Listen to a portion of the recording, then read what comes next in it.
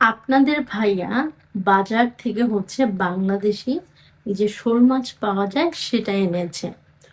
তো আমি কখনো শোল মাছ রান্না করি নাই। আর এই শোল মাছটার ওজনও বেশ বড় ছিল। প্রায় হচ্ছে ১.৫ কেজির থেকে একটু বেশি।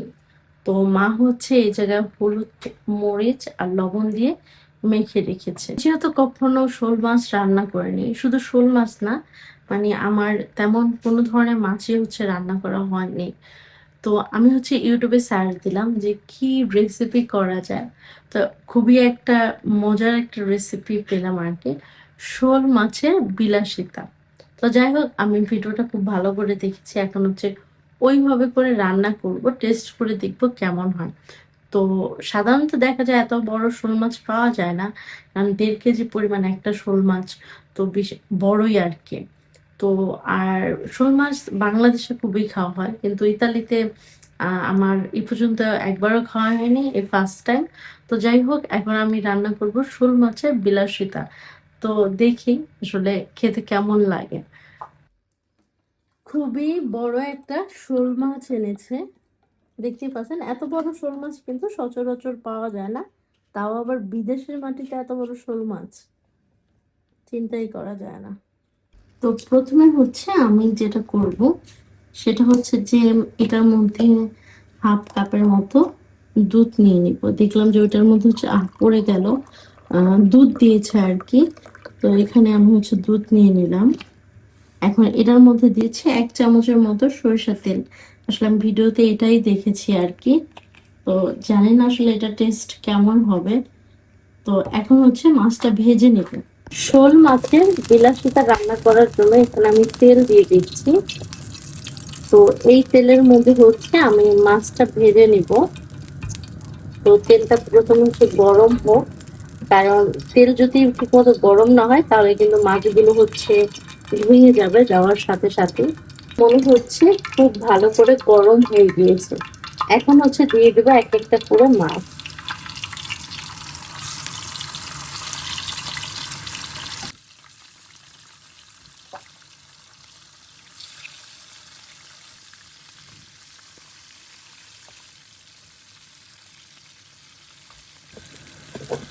এখন হচ্ছে আমি মাছ উঠিয়ে নেব। আশা করছি ওই পাশ থেকে ভালো করে হয়ে গিয়েছে আর কি। আর আমি হালকা ভাবে হচ্ছে দিচ্ছি, অনেক বেশি ভাজা দিচ্ছি না। মাছটা দেখতেই না ভালো লাগতেছে আর কি, মানে এরকম রিং রিং করা এই জন্য।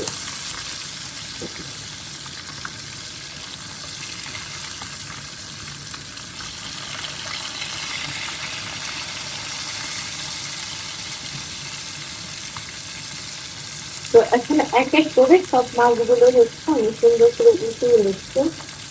যাই হোক, প্রত্যেকটা মাছই আমি সাকসেসফুলি উল্টাতে পেরেছি আর কি, ভেঙে যায় নাই।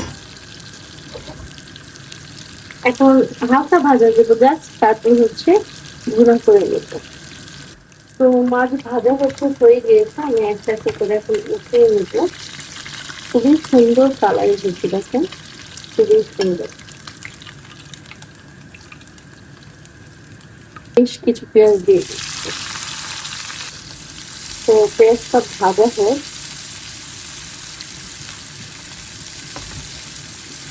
এখন আমি যে রেসিপিটা দেখেছি এটার মধ্যে হচ্ছে দেখলাম যে এলাচ দিয়েছে এবং তেজপাতা দিয়েছে।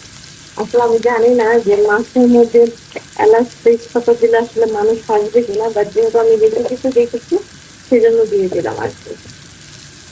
এখন ভেজে নিব। তো সামান্য পরিমাণে একটু দারচিনি এবং হচ্ছে একটা তেজপাতা ছেড়ে দিয়ে দিচ্ছি। এখন পেঁয়াজটা প্রায় ভাজা হয়ে যাচ্ছে আর কি। তো এটার মধ্যে এখন হচ্ছে মশলা দিয়ে দিব আর কি, পেঁয়াজটা বেশি ভাজা করবো না। দিয়ে দিলাম সামান্য পরিমাণ হলুদ, আর একটু লাগবে মনে হচ্ছে হলুদ, মরিচের গুঁড়ো একটু স্পাইসির জন্য, সামান্য পরিমাণ একটু রসুন বাটা দিব আর কি, রসুনের পেস্ট সামান্য, একদমই সামান্য পরিমাণ একটু রসুনের পেস্ট দিয়ে দিলাম।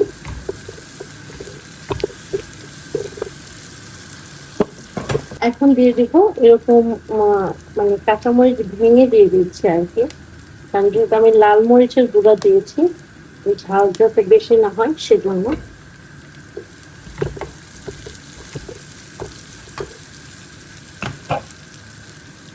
এখন সামান্য পরিমাণে একটু জিরার গুঁড়ো দিয়ে দিচ্ছি, একদমই সামান্য পরিমাণ।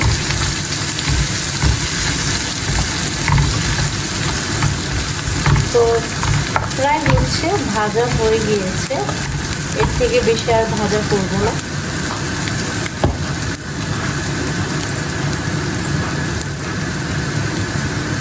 তো মশলা প্রায় ভাজা হয়ে গিয়েছে, দেখতেই পাচ্ছেন।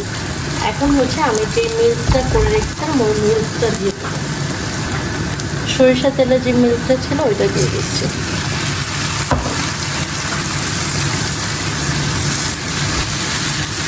মিশিয়ে নিচ্ছি খুব ভালো করে, আর সামান্য পরিমাণে একটু পানিও দিয়ে দেবো এটার সাথে।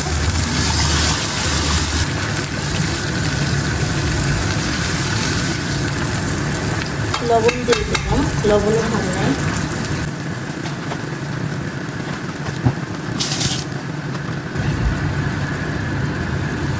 ভেজে রাখা মাছগুলো দিয়ে দিলাম।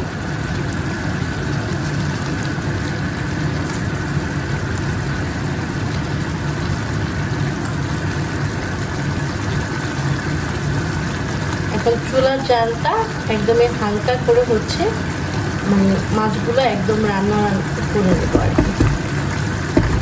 তো আমি একটা ঢাকনা দিয়ে হচ্ছে ঢেকে দিচ্ছি। রুই মাছের বিলাসিতা রান্না করা হয়ে গিয়েছে, এখন হচ্ছে আমি সার্ভ করে নিচ্ছি। আমি নিয়ে নিচ্ছি। আচ্ছা, এটা খুবই ভালো।